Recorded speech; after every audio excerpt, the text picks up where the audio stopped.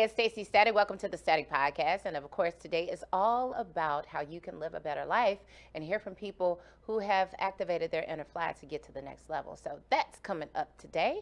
I've got a very special guest, Jameel Spann. He's going to be on to tell us about his story and what's coming up for him in the future. And you know, we're all brought to you by the Hester Group. It's a law office with a 12-year proven track record of success. You contact the Hester Group if you've been involved in a serious car accident. You need somebody that's going to represent you to make sure you're compensated for your inconveniences, your damages, all of that.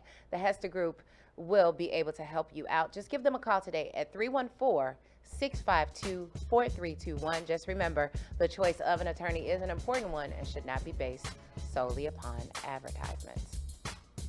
So as you know, Tuesdays is all about highlighting, local people, entrepreneurs, speakers, coaches, people who have stories to share with you about how they have activated their inner fly to get to the next level. And this next young man who's joining me, he has quite a story.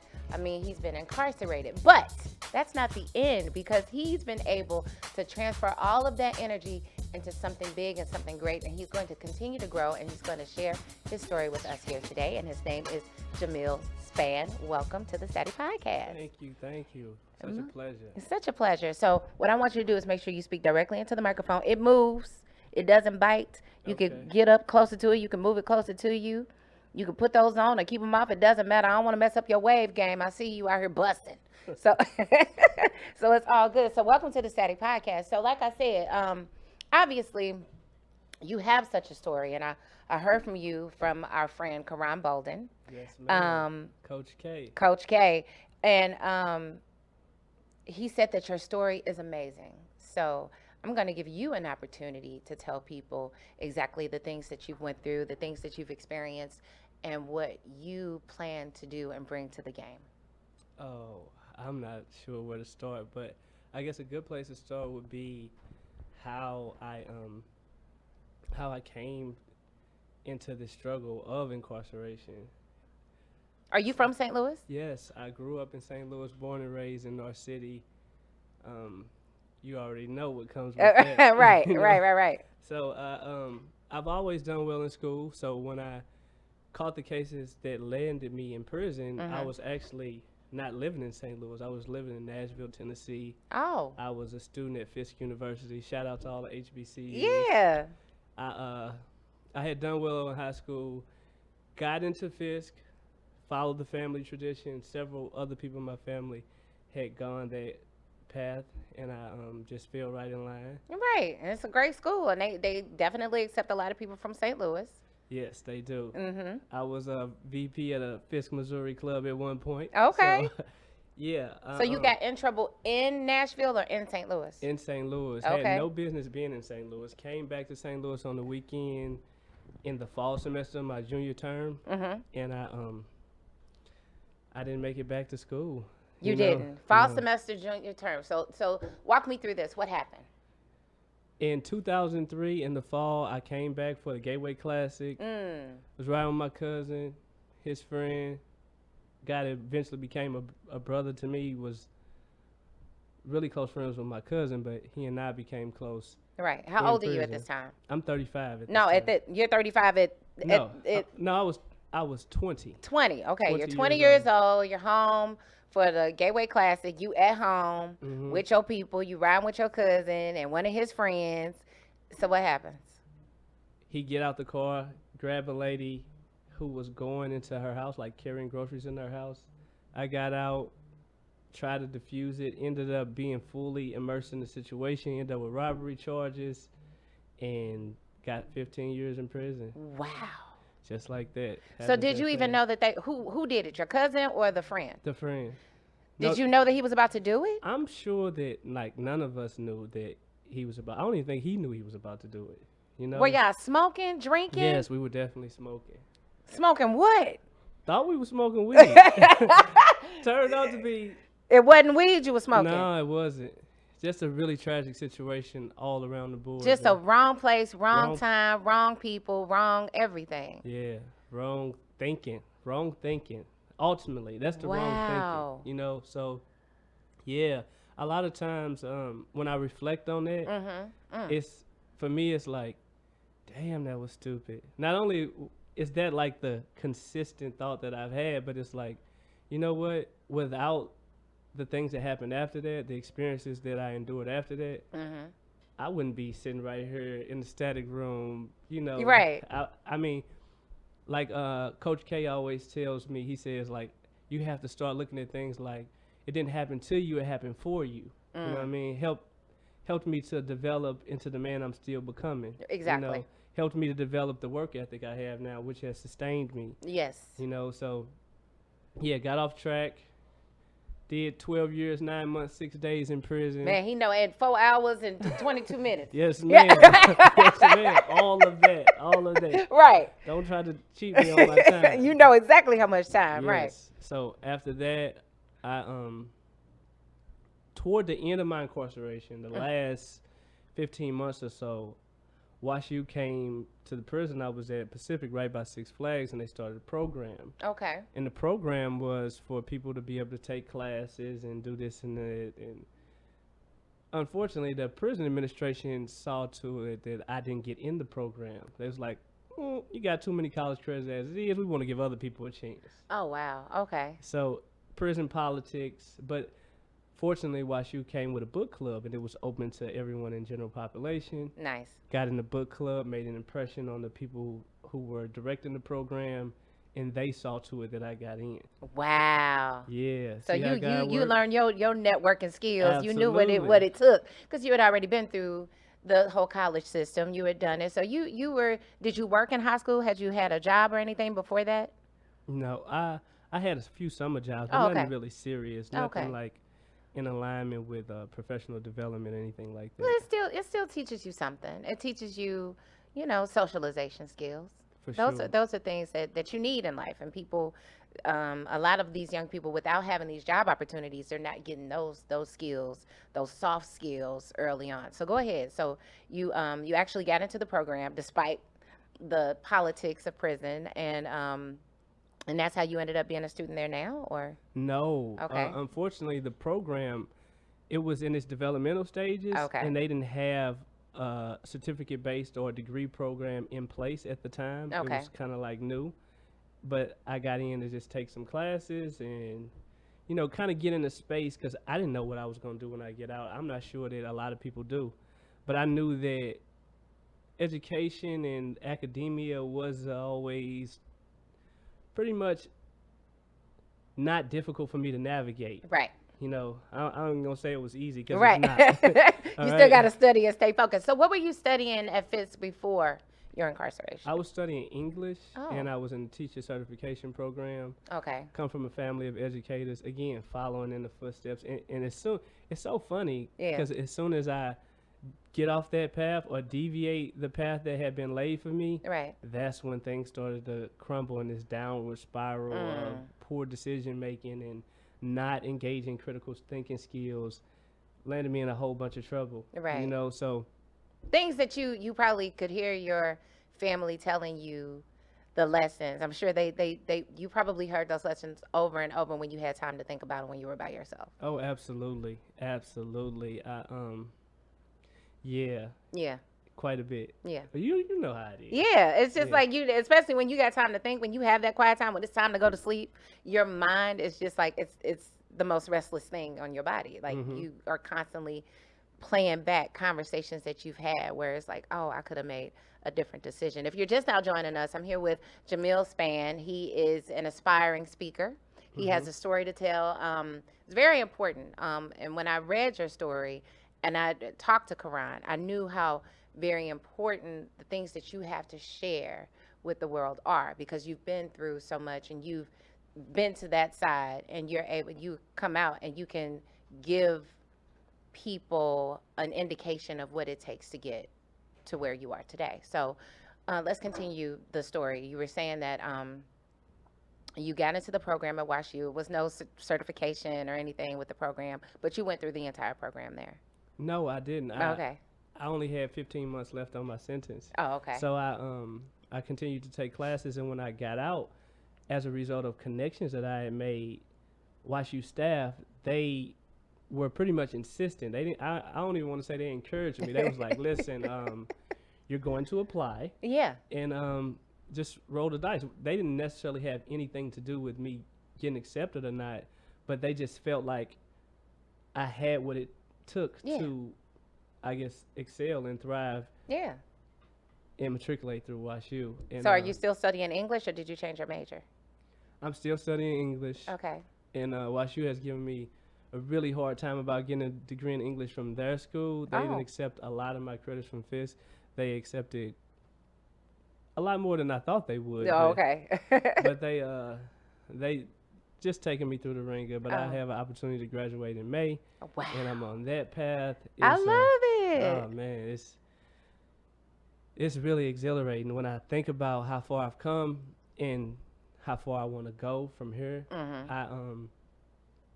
I'm just really motivated to, like you say, use my story, use my life experience to impact change, to encourage young people who I interact with in St. Louis, in St. Louis public schools. I've been doing a lot of research on public health disparities and the relationship between histories of structural racial violence and present day health outcomes. Oh, yeah. So a lot of people don't realize how deeply connected things are that we are dealing with now with policy, social policy, just horribly, just legislation that kind of promotes inequities Right. within communities. And With the redlining and things like that, and Exactly. the tax base funneling money directly into the school system. yeah, It's all of those things. yes, the educational funding formula, that is directly linked to property taxes. So you live in an area where property taxes are low, your schools in Right. that area are not going to be as funded. Yeah, so much for Brown versus the Board of Education. It's just they found a way to get past all of it Exactly. because they never expected for us to be free. They never expected for Black people in this country, descendants of Africans, to be free. We were woven into the financial plan for this entire structure. So it's like, how can we expect for something that was developed with us providing free labor for our country? They didn't expect to educate us or make sure Right. we had adequate housing Right. or anything. It is just Right. like something has to change structurally or we're all in danger. So I agree. Exactly. It's like, Staci, we are the economic plan that they had. Yeah, yeah. We're the product. We're the Right. workforce. Exactly. And that's pretty much it. And I come to conversations about this pretty much all the time at WashU in classes like that. I mean, can you imagine the pressures of like being not only the only black male, but the only black face in the Wow. classroom? Pretty much the only person from North City. So I'm always in classes and study groups, like feeling like not only do I have to impart my experience and my Blackness. to them, Yeah. I have to represent for my people, for HBCUs, for people from North City, for people from all urban areas in the country. Right. Because these are people who, chances are, they've lived in bubbles their whole lives. They haven't really interacted with many black people, and when they have, they haven't been from North City. Right. No, know? they the Black people that were safe for them, Exactly. so called. Like, yeah. Exactly. So that was transitioning from prison. I didn't think I was gonna get in. Oh, wow. I didn't think I was gonna get in. They started having me do assessments, like to see, like, okay, we heard what the people in the program told us, but take assessment on math or this or that to, I guess to see whether Where or you not at, I would, yeah. be able to handle the curriculum. Did well on the assessments, and it was like, look, we want you as a student. We don't want you to go to SLU or anywhere else. Nice. We You're want right. you to be a part of our program. Got in. I have done well in the program, fortunately. And I'm just on pace to not only finish up, but start studying for the LSAT. I got plans to go to law school. I was just about to say, if you're an English major, it has to be a law school situation in your future. Okay. Yes, social policy, like we talked about, structural inequities, people who are impacted by the criminal justice system, like myself. Right. And it's just so many different different ways I can go with a law degree. I have a lot of people in my family, a lot of people I know who have advanced degrees, master's degrees, and not necessarily doing anything with it. Right, You know what right, I right, mean? right. And I feel like a law degree just has so much utility. I can do contracts, I can do bankruptcy, I can just do entertainment. I can do social policy. That's Yeah. what I'm most passionate You can be a about. lawmaker. You can do, yeah, you can be out there in the front. And I believe, like, I'm so excited for you. I can't even contain myself. I'm like, look at you. You like a diamond in the rough, and you like coming up. I see it. You like polishing off. You Yeah. polishing. You Thank you, polishing. thank you, I thank see you. it. So, what do you think? What do you think that we could do if you were to try to give advice to people, for people who are just coming out of prison? Like you've had, I'm assuming you had a pretty strong support system while you were there. I don't think that you Oh, for sure. My family held you down, I'm sure. for sure. Not the whole family. I got select, because the system is really designed to break familial ties while you're enduring those struggles. Wow. So, I mean, just think about the locations of a lot of prisons. They're in rural areas. They're like Difficult to get to. difficult to get to. Just it's so many different nuances to the landscape of criminal justice, particularly in the carceral setting. It's crazy. But I did have a lot of family support, and it was most important when I began to transition out, because what happens with incarceration is that you become numb and desensitized to pretty much everything. Right. You are literally living in an abnormal existence. So I like to say that I didn't adapt, because who can adapt to something abnormal? I adjusted. Right. Like the volume of this microphone, I could turn it down or I could turn it up. I can adjust it. You know what I mean? I don't adapt to it just being on level 10 Right. and blaring in my ear. I adjusted to be able to Survive. exactly, and make it through. So transitioning out, I applied. Fortunately, I got in. Did you have a plan B? I didn't. I did have a plan B.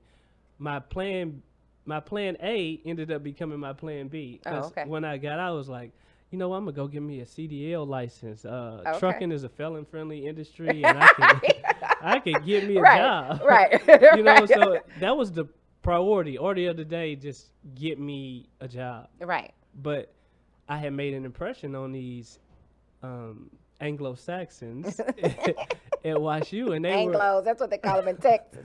they were like, look, I'm not sure that the WashU administration that came into the prison expected to find someone who had been to an HBCU, who had already been through college, and a lot of people in the program were assuming that this is like some white guilt type stuff, and they just coming in here trying to work with black people, and like, what's the end goal? What's the aim of this program? Right. I'm not saying that I didn't entertain some of those thoughts myself, but when I began to transition out and I seen that, hey, these people were really like trying to rally around me. They must see something in me, Yeah. So it built up your confidence. Built up my confidence to stick with the academic track, because a person coming out of prison is like, you're looking for a job. Right. How am I going to take care of myself? Exactly. And not be a burden to my family who's already been holding me down all these years. I don't want to continue to be that way. Exactly. And you were so young. Yes, literally every year in my 20s was spent in prison, like every year. And then the first 2 years of my 30s too. Yeah. So it was it happened for me. Like I mentioned before, it happened for me, didn't happen to me, because I'm here, I'm whole, I'm healthy, I'm driven, and I'm hell bent on doing something different and making sure that not as many people have to go through that to come to a point in their lives where they realize their purpose, Right. where they even beginning to find out what their purpose is, Right. and to do something with it. Really, like, leverage your skill sets, your network, your influence, the impact that you can have, leadership skills, different things like that. So while you were, do you keep in touch with anybody Oh, absolutely. that you were incarcerated with? Because you were there a long time, formative years too. Like, Yeah. you were still an adolescent when you were there. Did they learn from you?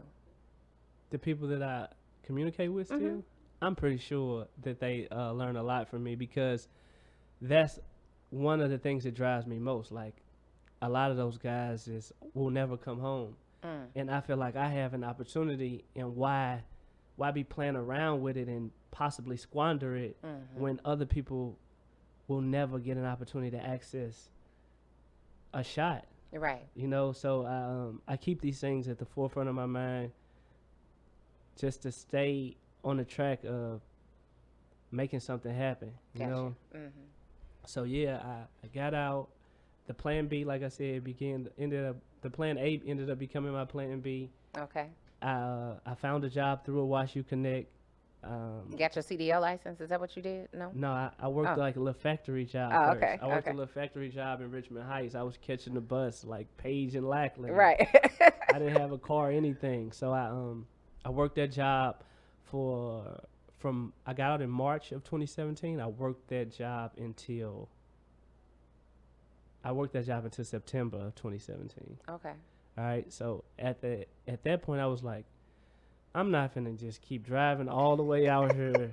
I need to do something. Right. So I stepped out on faith, stopped working, went to the workforce development, St. Louis County. They gave me a grant to go to get the commercial driver's license. Oh, nice.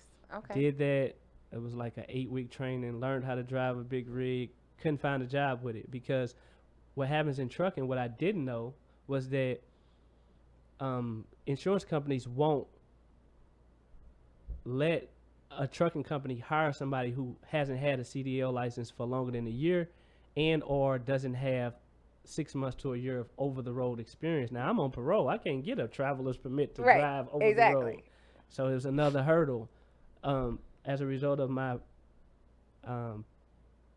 enrollment in WashU, my parole officer was more willing to, give me that travel permit. So I got a chance to travel. I'm all in Cali and Vegas. I'm nice. Okay. in the truck, But so you get to make up some lost time, getting to see the country, getting to travel a little bit. Cool. All right. In the midst of this, I ended up with my girl pregnant. You know what I'm saying? So I had a son that was coming. I was getting into that too. I'm like, what about the ladies? Like, I had a son that was coming, and I was driving over the road. So it was like, I'm not trying to not be there when my son is born. Right. So ended up getting an interview, Republic Waste Services out in Bridgeton.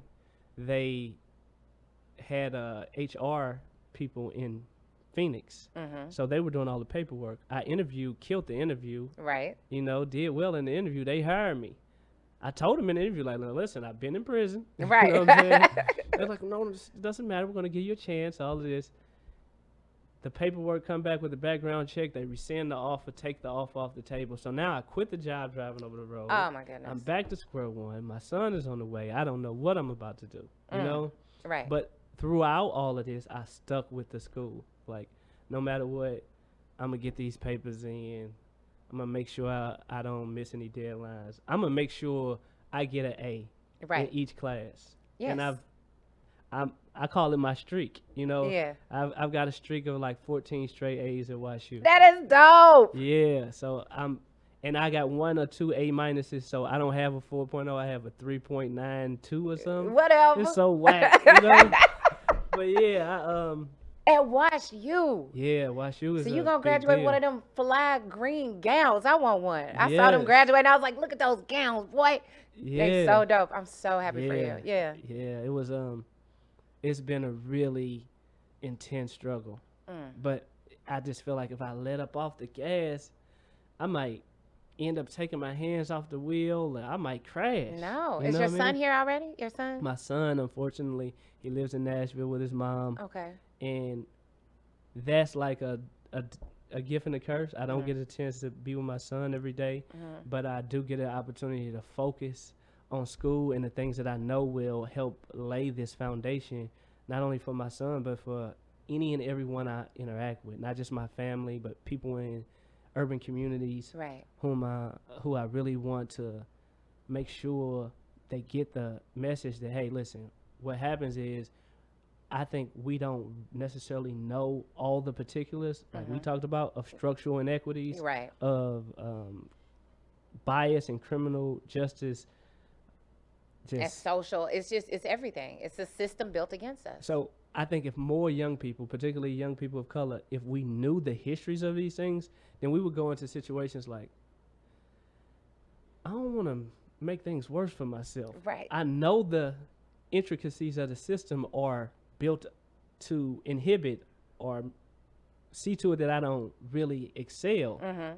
So I don't want to compound it by making a poor decision. Right. You know what I mean? And I don't know.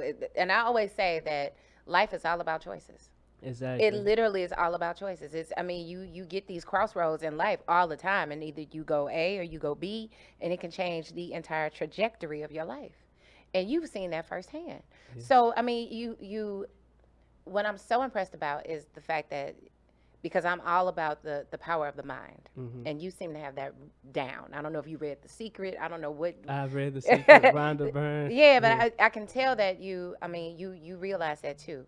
So, and that's what's interesting to me, your story, as far as how you've been able to stay positive, how you've been able to basically activate your inner fly to make those connections with the WashU people while you were incarcerated, to continue, even though these obstacles keep coming at you and you continue to stay on your path.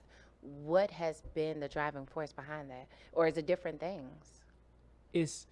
I read a quote once before. I was in prison. I was in solitary. I was in the hole quite a bit in the beginning. Just that's like the nature of the beast. Like, you got a person that's coming from Fisk who articulates himself well, who didn't come up in the system in DYS, who doesn't have this credibility as it relates to the system. Right. So you're gonna have to be doing a lot of fighting. Right. just to set some things straight. Just to set some things straight. You knew that. Like, yeah, right. So what I feel like has driven me is two things. One is, the quote I read was, life is 2% of what happens. No, 98% of what happens. And 2% how you respond to something. You know what I'm saying? And 98% 98% is going to be how you respond to a situation. Right. And that's going to inform and dictate the choices that you make, and so many other different things. And like I said, a lot of what drives me is the fact that other people don't get this opportunity. Like, I realized that it's not every day that people come home from prison and get accepted in the WashU. Right. No. It's not like... You might be the only one. Are you the only one? So far. Yeah. So far. That was... To your point, it's like, the program that I was in, they eventually started a program for people to get an associate's degree. And this past May, WashU graduated a class. People that were in that program that I was in, it's like maybe 30, 40 guys. I read that, yeah. Yeah, they all got associate's degrees. Well, when I started the program, I wasn't eligible for an associate's degree anyway, because it's only 60 credits, and I already had 78 from Fisk. Oh, wow, okay. So it was just one of those things, right? But a lot of people won't ever come home from prison. Like, right now, I'm dealing with a situation. My younger brother just recently got sentenced to life without in prison plus 100 years. Oh, my God. That has happened over the course of me being home. So, like, this is my only younger brother in the world, and I didn't get a chance to see him. It's like, I think it's Pimp C or Bun B. It's like, he getting out, I'm getting out, he going in, right. that whole thing. And it's really crushing. And we're really praying and hoping as a family that he has an opportunity to get some action on appeal. And I know that process all too well. It doesn't happen often. Right. So I'm just prayerful about that. But so many different other things have happened. Lost family members. Mom had a stroke. Mom, pretty much dealing with really poor health right now. But throughout it all, it's like, what you gonna do with this opportunity? Right. You know what I mean? Like, how can you create opportunities for yourself? And over the course, it's so funny that things line up the way they do, because when I came home, I seen Quran a couple times. I seen him in pass, and he was like, "Man, you gotta start writing the book." Did you know him already? I went to high school with Quran. Actually. Oh, okay. So I've known Quran for a while, and when I was in prison, I heard him on the radio. I was like, "Man, bro, like, really look doing at some him, big right, things, And it's so funny to me, because when I would see Quran, he he would always, I knew he was a really busy guy, and I seen like his social media presence and the things that he was doing in the community, especially with youth motivational speaking and all of this. And I just was like, man, that's really dope, right? But when I seen him once, and it was like, man, glad to see you home, you know, that type of thing. But I seen him more and more, and it was like he was taking an interest in me, like a personal interest. Like, look, this is what you gonna do. We gonna start doing this. I'm gonna get you set up. So you can shadow me, and Right. and I just was like, okay, I can see myself doing that. I can see myself doing that. Absolutely. But I didn't. He wasn't living here. You know what I mean? And I just was like, Karan, bro, like, I'm a felon. You know what I mean? I gotta finish this school thing. Like, nah, bro, look, I'm telling you, what you need to do is really just start going at it and changing lives. I mean, the school thing is one thing, but you have an opportunity to make an impact right now. Right. And I just was always thinking like, man, I really appreciate somebody, because that's what a lot of people who coming home from prison don't have. They don't have someone, their network isn't strong. Right. The people they connected to may be people that just own some dumb stuff that may land them back in prison. Exactly. And it usually does. So the Watch You bubble, as I call it, it kind of like kept me focused on things that I call my circle of influence. Right. Oh, yeah. The That's a big circle- thing. It's an important thing. The circle of concern is just anything. We can be concerned about, you know, this mic not being loud enough. You know? Right. You can't necessarily dictate that. You might have to just get it fixed. You can't Right. necessarily influence that. Mm-hmm. So I come into situations and I try to immediately classify them into my circle of concern or my circle of influence.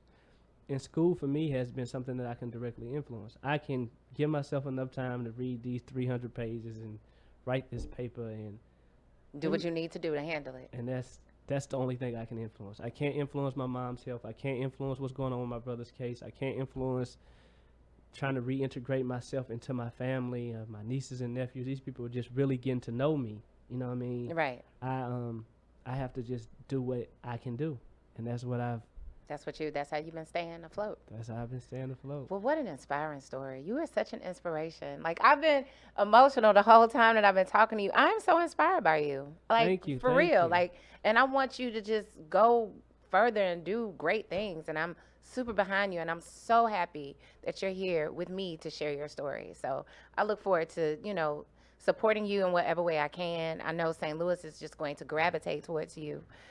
Because it's an incredible story, and the fact that you are so positive and you understand that's a skill that can be taught. And I think so many more of us need to learn it, because anything can happen in your life. It's all about the way that you decide to deal with it. And the fact that you've learned that skill and you've stayed the course and you keep going, don't stop. And I know how difficult it can be. And like you said, when you have an ailing parent, and when you have a sibling that's going through something, it's real easy to get off your square. Super easy. It's super easy to just be like, I'm tired. I want to give up. I want to lay down. I've been going through this. Why can't I just rest? Right. But just keep going. I appreciate that. It means a lot to me that people like yourself and Karan and different other people of stature who are impacting change in the city of St. Louis, and to see me and hear my story and be like, oh yeah, you can really impact change too. And again, it's about your network, like the people you surrounded yourself with. Some of that positive energy, some of that ability to impact change is ultimately gonna rub off on you. Oh yeah. So yeah. Most definitely. Jameel Spann, everybody. He is new to this whole social media thing, but we gonna get him together. Don't worry about it.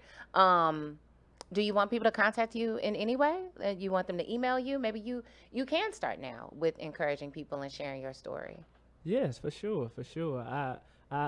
We talked about that before we went on. Like, Staci, I'm out here trying to start an Instagram, but 10 minutes before this interview, Right. it's just like, that's one thing that I haven't really taken to.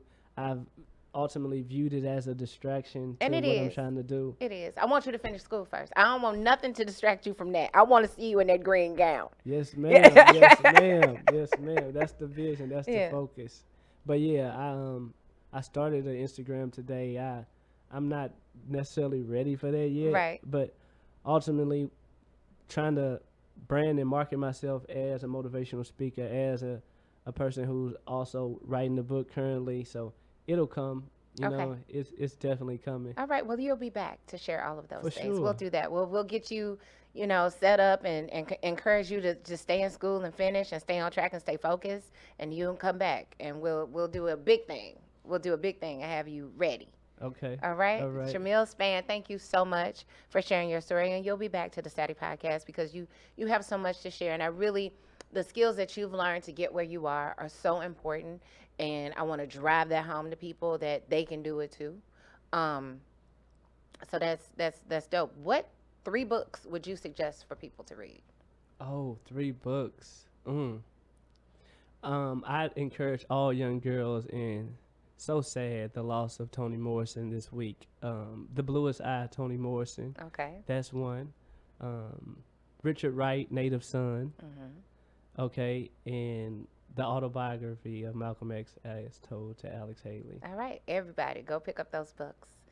As Jameel Spann told you to do it. Thank you so much. That has been the Static Podcast today. Of course, we're brought to you by the Hester Group. It's a law office with a 12-year proven track record of success. Now, listen, if you've been involved in a serious car accident, they can handle your case and make sure you're compensated properly. Make sure you contact them today at 314-652-4321.